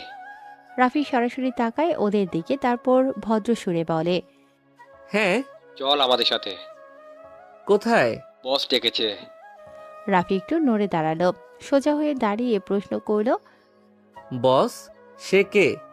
চিনি না আমি এই নামের কাউকে, যাব না। ইমরান একটু হাসে, পেছনের 3 জনের দিকে তাকায়, তারপর জোরে একটা শ্বাস নিয়ে বলে, ভালোই ভালোই বলছি চল। না, আমি যাব না। কেন যাব আমি? এত রাতে কি করছিস তুই? চল আমাদের সাথে, কিছু জানতে হবে। বললাম তো যাব না। ইমরান মাথা নাড়ায়। টিপু এগিয়ে আসে, সরাসরি রাফির মুখে ঘুষি মারে সে। রাফির মাথা একদিকে ঘুরে যায়। সেদিন রাতে টিপু মারছিল ঘুষি, আজকেও সে রাফিকে মারছে। সোহেল পেট লক্ষ্য করে লাথি দেয় জোরে। রাফি কুজো হয়ে দাঁড়ালো। বাবলু একটা লোহার পাইপ বের করে গাড়ি থেকে রাফির পিঠে অনেক জোরে বাড়ি মারে। রাফি হাঁটু গেড়ে পড়ে যায় নিচে। ইমরান রাফির চুলের মুঠি ধরে মাথাটা তুলে বলে, এখন যাবি? যাব না। আবার মার। এবার পাইপ দিয়ে পিঠে বদল করে করে পিটাতে থাকে রাফিকে। কাঁধে, পায়ে, পিঠে সবখানে মারে। রাফি মেঝেতে পড়ে যায়, রক্ত বের হতে থাকে, গা ফেটে গোঙাতে থাকে রাফি। ঠিক তখন অফিসের গেট খুলে অনু বের হয়। নিচে এসে দেখে রাফিকে মারছে 4 জন ছেলে। রাফি, কে তোমরা? কেন মারছো? অনু কথাটা বলে দৌড়ে আসে, সবাইকে জোরে ধাক্কা দিয়ে রাফিকে ধরে সে। তারপর বলে, ছাড়ুন ওকে। কি করছেন আপনারা? তোরা মানুষ না জানোয়ার? একটা নিরপরাধ ছেলেকে এভাবে মারছিস কেন? ওকে ছেড়ে দে, তোদের লজ্জা করে না? অনু কাঁদতে কাঁদতে চিৎকার করে বলে। ইমরান সামনে এসে দাঁড়ায়। অনু আবার বলে, আপনাদের লজ্জা নেই? 4 জন মিলে একজনকে মারছেন, ছাড়ুন এক্ষুনি। এই মেয়ে সরো, তোমার ব্যাপার না এটা, আমরা বুঝবো, সরো। ব্যাপার না? ব্যাপার না মানে? একজন মানুষকে এভাবে মারছেন, এটা ব্যাপার না? আমি আসবো ভেতরে, কোনো সমস্যা? সোহেল অনুর দিকে এগিয়ে আসে, তারপর আবার বলে, বললাম তো সর, বেশি তেজ দেখাবি না। অনু সরে না, সে আরো চিৎকার করে বলে, ছাড়ুন ওকে। কেউ আছেন? Help please. ও কি করেছে? কেন মারছেন? অনু, চলে যান আপনি। না, যাব না, আপনাকে রেখে যাব না। অনু, চুপ করুন আপনি। অনু আবার ইমরানের দিকে তাকায়। ইমরান হাসতে থাকে। অনু বলে, আমি পুলিশ ডাকবো এক্ষুনি। ডাক। তারপর টিপুকে ইশারা করে সে। টিপু এগিয়ে আসে, অনুর গালে জোরে চড় মারে একটা। অনু টলে পড়ে যায়। তারপর টিপু অনুর হাত ধরে টান দেয়। অনুর ঠোঁট ফেটে রক্ত পড়ছে। অনু চিৎকার করে ওঠে। রাফিও চিৎকার দেয়, ছাড়ো, ছাড়ো আমাকে রাফি। রাফি মেঝে থেকে মাথা তোলে, চোখ দুটো বদলে যায় হিংস্রতায়। এই চোখ আগে অনু দেখেনি। এই চোখে কোনো ব্যথা নেই, কোনো ভয় নেই, শুধু ঠান্ডা গাঢ় অন্ধকার আছে। রাফি বলে, মেয়েটাকে ছাড়, অনুর গায়ে হাত দিস না। তোরা যা চাস আমি তাই করব। মরতে চাস? রাফি শটান উঠে দাঁড়ায়, সারা গা ব্যথা। মেয়েটাকে ছাড়তে বলেছি না? এটা শেষবার বলছি। শেষবারে কিরে, মারবি তুই? কথা বল। টিপু ছাড়ে না। রাফি এগিয়ে যায়, সোহেল ধাক্কা দেয় রাফিকে। রাফি ইট দেখতে পায় গলির মুখে, সেটা তুলে নিয়ে যখনই সোহেলের কাছে আসবে তখনই সোহেলের মাথায় জোরে বাড়ি মারে। সবাই সেদিকে তাকিয়ে রইল। মাথাটা ফেটে রক্ত বের হচ্ছে। টিপুর দিকে তাকায় রাফি। টিপু ভয়ে হাতটা ছেড়ে দিয়েছে। তোকে বলেছিলাম না অনুর গায়ে হাত দিবি না? তুই নিয়ম ভেঙেছিস টিপু। আর রাফির রাজ্যে নিয়ম ভাঙার শাস্তি কোনো মানুষ সইতে পারে না। রাফি প্রথমে টিপুর হাত মোচড় দিয়ে ধরে, তারপর দেয়ালে আছড়ে মারে। কোমর থেকে ছুরি বের করে টিপুর গলাতে পোঁচ দেয় একটা। কলকল করে রক্ত বের হতে থাকে। অনু কেঁপে ওঠে, ভয় যেন ফ্রিজ হয়ে যায় সে। সোহেল কোনো রকমে দৌড়ে আসে। রাফি ঘুরে ছুরি দিয়ে পেটের ভিতরে জোরে মারে। সোহেল পড়ে যায়। এরপর বাবলু পাইপ নিয়ে আসে। রাফি পাইপ কেড়ে নেয়। পাইপে দিয়েই বাবলুর মাথায় লাগাতার বাড়ি মারতে থাকে, যতক্ষণ না বাবলু মাথা দুভাগ হয়। বাবলু মুখ থুবড়ে পড়ে। ইমরান পেছনে সরে যায়। এই পৈশাসিকতা দেখে সে ভাবতেই পারেনি রাফি ছেলেটা এতটা ভয়ানক হবে। দৌড় দেয় গলির বাইরে। গলির ভিতরে পড়ে আছে 3 জন। রাফি দাঁড়িয়ে আছে, হাঁপাচ্ছে সে, সারা গায়ে রক্ত লেগে আছে। অনু দেয়ালে হেলান দিয়ে দাঁড়িয়ে, হাত পা কাঁপছে, চোখ বড় বড় করে দেখছে রাফিকে। আপনি আপনি এটা কিভাবে? ব্যথা পেয়েছেন? আমার কথা এটা না, আপনি এটা কিভাবে করলেন? কাগজওয়ালা মানুষ এভাবে? ভয় পাচ্ছেন অনু? এই রক্তগুলো আসলে অনেক পবিত্র, কারণ এগুলো শয়তানের রক্ত। আমি আপনাকে বলেছিলাম না আমার জগৎটা অন্ধকার? এই অন্ধকারে শুধু রক্ত আর প্রতিহিংসা থাকে। আপনি আপনি কি মানুষ রাফি? আপনি ওদের যেভাবে মারলেন আমি তো ভাবতে পারছি না। আপনি কি সত্যি সেই রাফি যাকে আমি চিনতাম? রাফি জবাব দেয় না। অনুর হাত ধরে অনু চমকে ওঠে। রাফি বলে, চলুন, এখানে থাকা ঠিক না, সব বলছি। অনুর কথা বলার শক্তি হারিয়ে গেছে। সে কিছুতেই মানতে পারছে না কাগজওয়ালা এতটা ভয়ঙ্কর। হাঁটা ধরে ওরা। মেসের কাছে এসে একটা নির্জন জায়গায় দুজন বসে। অনু রাফির দিকে তাকিয়ে আছে। রাফি কিছুক্ষণ চুপ থাকে, তারপর বলে, আমি কাগজওয়ালা না অনু। অনু কথা বলে না, সে শুধু রাফির দিকে তাকিয়ে আছে। আমি একজন মাফিয়া। এই শহরে এসেছি একটা মিশনের জন্য। 5 বছর লেগেছে মিশনটা বুঝতে। বহু মানুষকে মারছি, তাদের ভিতরে 20 জনই হবে বড় পর্যায়ের নেতা। একটা মানুষকে ধ্বংস করার জন্যই আসা। তার নাম শাহেদ। এই শহরের সবচেয়ে বড় ডন সে। নারী পাচার, মাদক, অস্ত্র, খুন সব তার হাতে। 5 বছর ধরে তার সিস্টেম ভেঙেছি, তার লোক সরিয়েছি। এখন শেষ ধাপ বাকি, তাকে সরানো। আপনি কি তাহলে ওয়ার গ্যাং এর লিডার? হ্যাঁ। আপনিই লিডার? হ্যাঁ। যারা মরেছে মানে মাজেদরা, বাকিরা আপনি করেছেন? তারা নির্দোষ ছিল না, কেউ না। যাদের মেরেছি সবাই ক্রাইম করত। আমি কি ভেবেছিলাম আপনাকে, আর আপনি? আমি জানি। তাহলে আমার সাথে কেন এতটা সরলতা দেখালেন? কেন এলেন? কেন যত্ন করলেন? কেন ভালোবাসতে বাধ্য করলেন? রাফি অনুর দিকে তাকায়। জোরে একটা শ্বাস নেয় রাফি, তারপর বলে, কারণ আপনি প্রথম মানুষ যাকে দেখে আমার মনে হয়েছে আমিও একজন সাধারণ মানুষ হতে পারতাম। রাফির কথাতে অনু কাঁদে, নিঃশব্দে কাছে। রাফি কিছু বলে না, শুধু পাশে বসে থাকে। তারপর অনুর হাতটা শক্ত করে অনু রাফিকে জড়িয়ে ধরে। সেই রাতে ইমরান দৌড়ে শাহিদের কাছে পৌঁছায়। হাঁপাচ্ছে, গায়ে রক্ত লেগে আছে। শাহিদ তার দিকে তাকায়। কি হয়েছে তোর? পাখিরা কোথায়? ওই হকারকে ধরতে পেরেছিস? তোকে যে বললাম ওকে নিয়ে আয়, ইনফরমেশন লাগবে। ইমরান একটু সময় নেয়। ইমরান মেঝেতে লুটিয়ে পড়ে কাঁদতে কাঁদতে বলে, বস, ও মানুষ না, ও জ্যান্ত একটা আজরাইল। টিপু, বাবলু আর সোহেলকেও পশুর মতো মেরে ফেলেছে। ওর হাতে জাদু আছে। আমাদের 3 জনকে একা হাতে শেষ করে দিয়েছে, কোনো অস্ত্র ছাড়া, শুধু হাত, ছুরি আর একটা ইট দিয়ে। ভাই, এ মানুষ ট্রেন্ড, অনেক বেশি ট্রেন্ড। শাহিদের চোখ শুরু হয়। শাহিদের হাতের গ্লাসটা ফ্লোরে পড়ে চুরমার হয়ে যায়। তার কপালে চিন্তার ভাঁজ পড়ে। শাহিদ তার পকেটে থাকা রিভলভারটা বের করে লোড করে, তারপর বলে, ওই কাগজওয়ালা এসব করেছে। জি ভাই। শাহিদ উঠে দাঁড়ায়, তারপর বলে, ওয়ার গ্যাং। তবে তার একটাই শব্দ হয়, কিন্তু সেই শব্দে এতদিনের রাগ, অপমান, ক্ষতি সব একসাথে প্রকাশ পায়। কাল ভোরে এই কাগজওয়ালাকে আমার সামনে চাই জীবিত। ভোরের আলো তখনও পুরোপুরি ফোটেনি। রাফি চোখ খুলে ছাদের দিকে তাকিয়ে থাকে কয়েক সেকেন্ড। গতকাল রাতের কথা মাথায় ঘষে ওর। অনুকে সব বলে দিয়েছে, ঠিক হয়েছে কিনা জানে না, কিন্তু আর লুকিয়ে রাখতে পারেনি। উঠে বসতে যায়, তখনই দেখে ঘরের চারিদিকে পুলিশ দাঁড়িয়ে আছে। 8 জন পুলিশ দাঁড়ানো, সবার হাতে অস্ত্র আছে। দরজায় 2 জন, দুপাশের জানালায় একজন একজন করে, কোণে আর দুপাশায় বাকিরা। রাফি 1 সেকেন্ড চমকে যায়, পরের সেকেন্ডে সিদ্ধান্ত নেয়। বিছানার নিচে হাত দেয় সে, সেখানে পিস্তল রাখে সব সময়। হাত দিতেই বুঝতে পারে বিছানাটা একদম খালি, সেখানে কোনো পিস্তল নেই। রাফির মাথা দ্রুত কাজ করে। কখন নিয়েছে, কিভাবে, ফোনটা কোথায়, সেটাও নেই। ঘরে ঢুকেছে কখন পুলিশ? সে উঠে দাঁড়ায়, পেছনের জানালার দিকে তাকায়। 1-2 জন পুলিশ তার কাছে কিছু না, 1 ধাপ এগোয়। ঠিক তখন সামনের দরজা খুলে ভেতরে প্রবেশ করে একজন। পরনে তার কালো শার্ট, কালো প্যান্ট, চোখে সানগ্লাস আর হাতে আছে পিস্তল। পিস্তলটা তারই, সেটা রাফির দিকে তাক করা। রাফি থমকে যায়। সানগ্লাসের আড়াল থেকেও চেহারাটা চেনা যায়। সে অবাক দৃষ্টিতে চেয়ে থাকে কিছু সময়, তারপর অজান্তেই মুখ দিয়ে বের হয়ে আসে একটাই শব্দ, অনু, আপনি? অনু ভেতরে ঢোকে, পিস্তলটা নামায় না। ঠোঁটে একটু হাসি তার, সাধারণ কোনো মেয়ে না সে।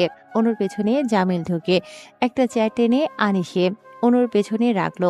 অনু বসে চেয়ারটাতে, পায়ের উপর নিচে দুলিয়ে একটু হাসে, পা এক পায়ের উপর তুলে দিয়ে বলে, হ্যাঁ আমি মিস্টার মুখোশের আড়ালে লুকিয়ে থাকা মাফিয়া। আমি পুলিশের হেড অফিসার অনু আহমেদ। 3 বছর ধরে শাহেদ আর ওয়ার গ্যাংয়ের পেছনে পড়ে আছি।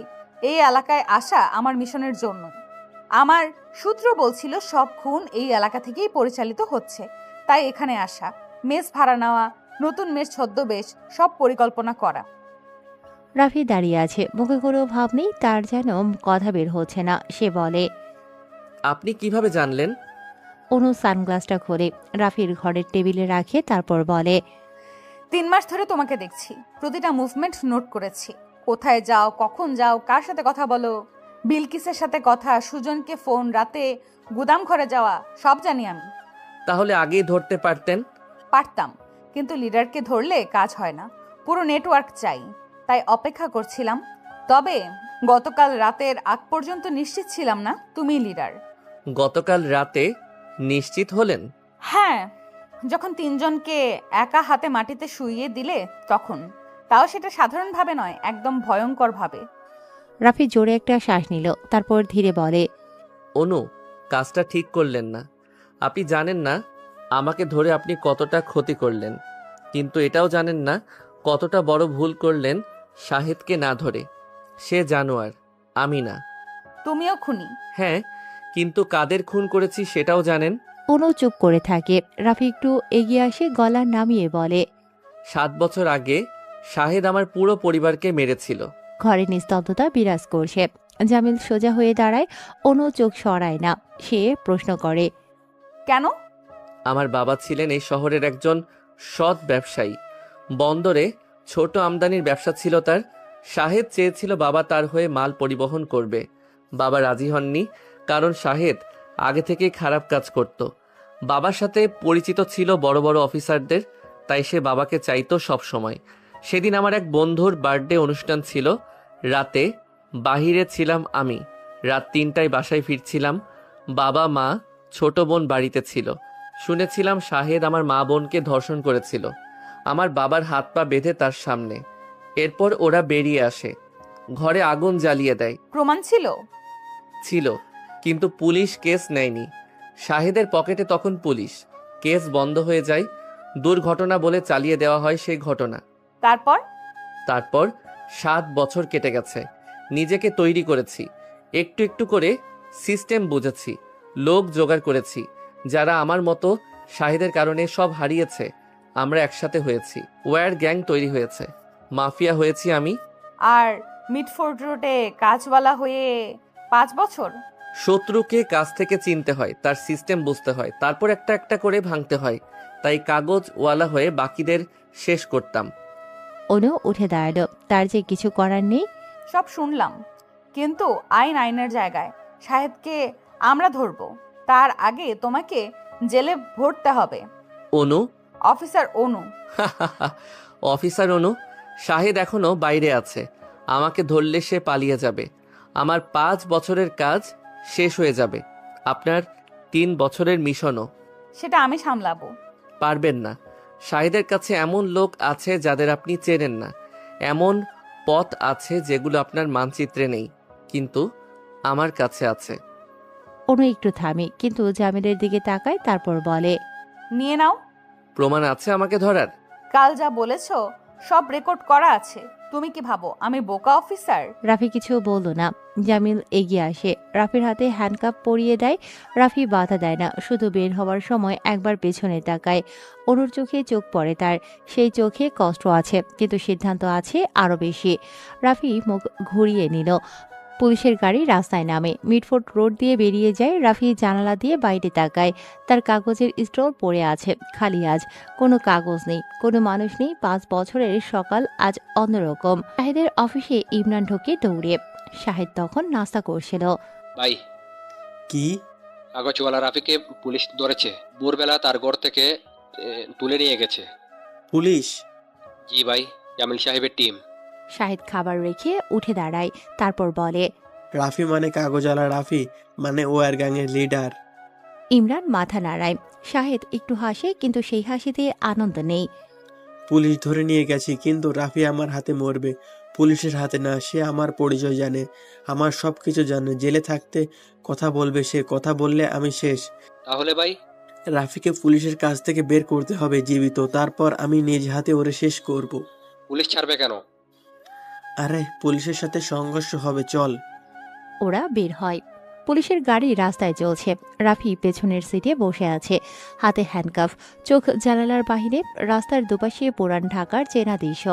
একটু একটু করে পেছনে সরে যাচ্ছে। রাফি ভাবছে কিভাবে বের হওয়া যাবে। অনুর 3 বছর, মিশর সব পরিকল্পনা করা। সে বুঝতে পারেনি 5 বছর ধরে এই শহরের প্রতিটা মানুষকে পড়তে পেরেছে, কিন্তু অনুকে পারেনি, হয়তো পড়তে চায়নি। হঠাৎ রাফির খেয়াল করে সামনের পুলিশ গাড়িটা নেই। একটু আগেও ছিল, এখন নেই। সে পেছনে তাকায়, পেছনের গাড়িও নেই, শুধু এই একটা গাড়ি, তাও ড্রাইভার সামনে, রাফি পেছনে। রাফির মাথা সতর্ক হয়ে যায়। সে বলে, সামনের গাড়ি কোথায়? ড্রাইভার জবাব দেয় না। রাফি আবার বলে, সামনের গাড়ি কোথায় গেল? রাস্তা আলাদা হয়ে গেছে স্যার, এগিয়ে গেছে। রাফি বোঝে এই ড্রাইভার শাহেদের লোক। সে দরজার হ্যান্ডেলে হাত রাখে। ঠিক তখন গাড়ি একটা সরু রাস্তায় ঢোকে। দুপাশে গাছ, জনমানব নেই কোনো। ঢাকার বাইরের দিকে একটা নির্জন এলাকা এটা। গাড়ি থামে কিছুটা এসে। বাইরে 3টা গাড়ি দাঁড়িয়ে আছে। দরজা খোলে। সেই গাড়ি থেকে শাহিদ নামে, ওর হাতে পিস্তল, পেছনে 12 জন লোক। রাফির গাড়ির দরজা টেনে খোলে ইমরান। নাম শালা কুত্তার বাচ্চা।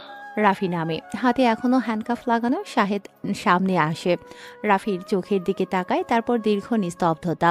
তারপর শাহেদ হাসে। কাগজওয়ালা, 5 বছর 5টা বছর এই শহরে ছিলি তুই। আমার নাকের ডগায় কাগজ বেচেছিস, মানুষের সাথে কথা বলেছিস, আর ভিতরে ভিতরে আমার সব ভেঙে দিয়েছিস, শালা মাদার।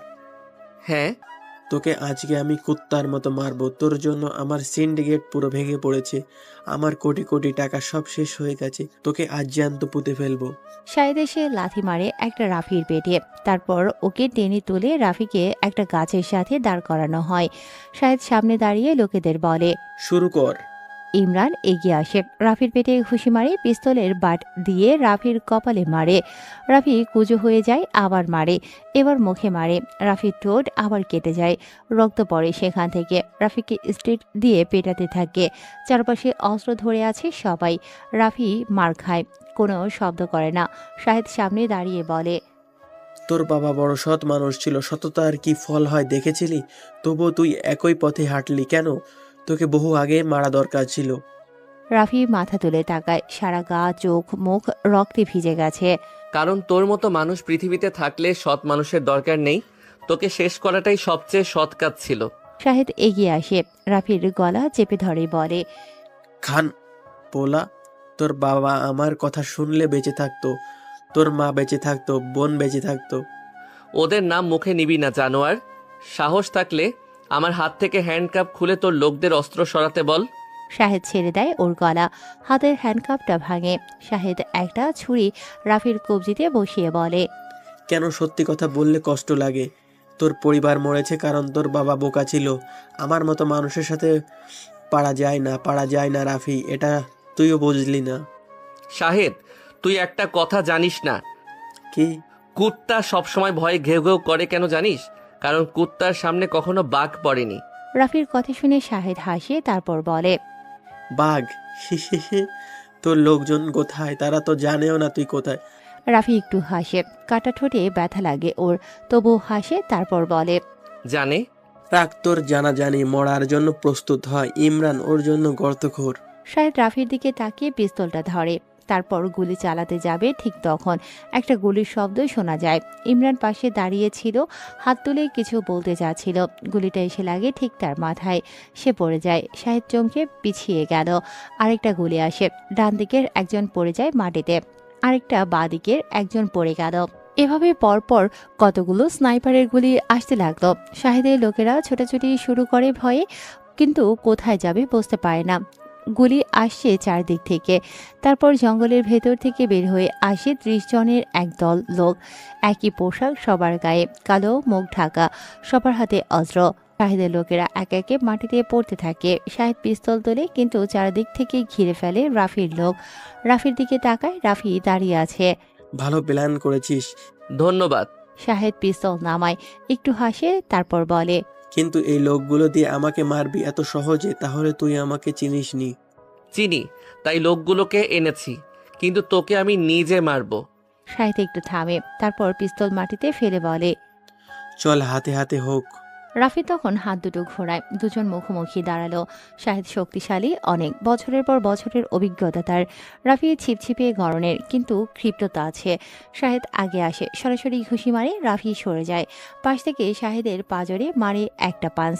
শাহেদ একটু টলে, কিন্তু পড়ে না, ঘুরে আসে, এবার লাথি মারে, রাফির বুকে লাগে, পেছনে সরে যায় রাফি।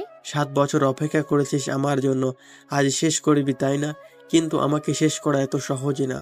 রাফি জবাব দেয় না। শাহেদ হঠাৎ পকেট থেকে ছুরি বের করে, রাফির পেটে মারে। রাফি সরে যায়, কিন্তু ছুরি পাশ দিয়ে গেল, কাঁধে কেটে যায় রাফির। রক্ত বের হয় সেখান থেকে। শাহেদ আবার আসে, রাফি ছুরির হাত ধরে মোচড় দেয়, ছুরি পড়ে যায়। রাফি সেটা তুলে নিল হাতে। এরপর যখনই শাহেদ তাকে মারতে আসে, রাফি ছুরিটা শাহেদের রানে ঢুকিয়ে জোরে টান দেয়। শাহেদ পড়ে যায় মাটিতে। এরপর রাফি ঘুষি মারে ওর পাজরে, পেটে, মুখে। মার, মেরে দে, কিন্তু জেনে রাখ, আমি মরলেও আমার সিস্টেম থাকবে। আমার পরে আরেকজন আসবে, এই শহর বদলাবে না। রাফি হাঁটু গেড়ে শাহেদের সামনে বসে, চোখের দিকে তাকায়। তোর সিস্টেম আমি ভেঙে দিয়েছি। তোর লোকজন নেই, তোর টাকা নেই, তোর ক্ষমতা নেই। তুই এখন শুধু একটা বুড়ো মানুষ, যে আমার বাবার মতো একজন সৎ মানুষকে পুড়িয়ে মেরেছিল। মা বোনকে নিয়ে খেলেছিলি তুই। রাফি উঠে দাঁড়ায়, পাশে মাটিতে খোঁড়া গর্ত। শাহেদের লোকেরা আগেই খুঁড়ে রেখেছিল রাফির জন্য। রাফি শাহেদের কলার ধরে সেই গর্তের কিনারায় নিয়ে যায়। শাহেদ বুঝতে পারে। না না না। রাফি তাকে গর্তে ফেলে দেয়। শাহেদ নিচে পড়ে। রাফি উপরে দাঁড়ায়, একজন পিস্তল ছুড়ে দিল রাফির দিকে। শাহেদ ভয় পায়, প্রথমবার সে ভয় পাচ্ছে। এই চোখে এই ভয় রাফি আগে দেখেনি। আমার বাবার নাম ছিল আলতাব, মায়ের নাম রেহেনা, বোনের নাম মিম। মিমের বয়স ছিল 13 বছর। তারা আগুনে মরেছিল, তুই দিয়েছিলি সেই আগুন। তখনই 3টি গুলির শব্দ হয়। 3টে গুলি এসে লাগে শাহিদের বুকে, পেটে আর মাথায়। জঙ্গলটা নিস্তব্ধ হয়ে যায়। পাখি উড়ে যায় গাছ থেকে। রাফি পিস্তল নামায়, দাঁড়িয়ে থাকে সে। বুকের ভিতরে কোথাও একটা 7 বছরের ভার একটু হালকা হয়, কিন্তু শূন্যতা আছে। সে আকাশের দিকে তাকিয়ে বলে, মা, বাবা, মিম, শেষ করলাম আজকে প্রসেস। ওর চারদিকে ওয়ার গ্যাংয়ের লোকেরা দাঁড়িয়ে, কেউ কথা বলছে না। হঠাৎ জঙ্গলের একটু দূর থেকে পায়ের শব্দ আসে। একজন এগিয়ে আসে, কালো পোশাক, মুখে মাস্ক পরা, ওয়ার গ্যাং এর মতো। সে সামনে এসে দাঁড়ালো, তারপর মুখোশ খোলে। মুখোশের আড়ালে অনু। রাফি অনুকে দেখে চমকে যায়। তুমি এখানে? অনু একটু হাসে, সেই হাসিতে ক্লান্তি আছে, কিন্তু স্বস্তিও আছে। হ্যাঁ। কিভাবে জানলে? তোমার গাড়িতে ট্র্যাকার ছিল, আমার লাগানো। গাড়ি যখন রাস্তা ছেড়ে জঙ্গলের দিকে গেল তখনই বুঝলাম।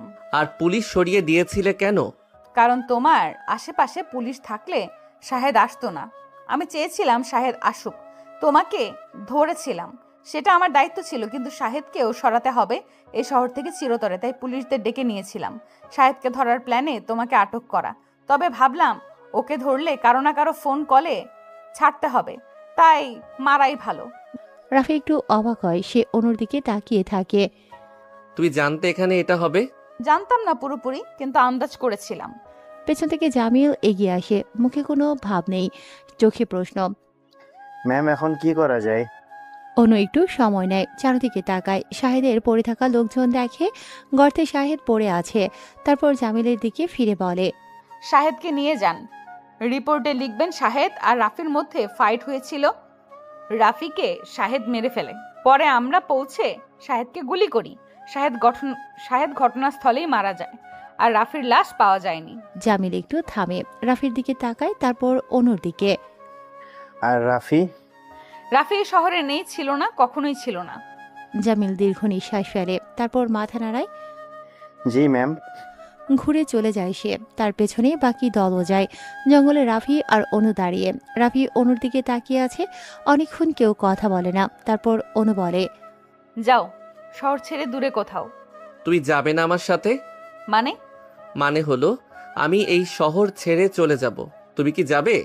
আমার চাকরি আছে। ইস্তফা দিয়ে যাও। এত সহজ? হ্যাঁ, একটা কাগজে সই করলেই হয়। আমি কাগজওয়ালা, কাগজ আনতে পারবো। অনু হাসি চাপার চেষ্টা করে, কিন্তু পারে না, হেসে দেয়। আপনি একটু আগে মানুষ মেরেছেন জনাব, এখন কাগজওয়ালার রসিকতা করছেন? কাগজওয়ালা পরিচয়টাই আসল ছিল, বাকি সব ছদ্মবেশ। রাফি, হ্যাঁ। তুমি কি সত্যিই ভালোবাসো আমাকে, নাকি এটাও মিশনের অংশ ছিল? রাফি সরাসরি তার চোখের দিকে তাকায়, তারপর বলে, মিশনে ভালোবাসার কোনো জায়গা ছিল না, তুমি এসেছিলে সেই জায়গায়।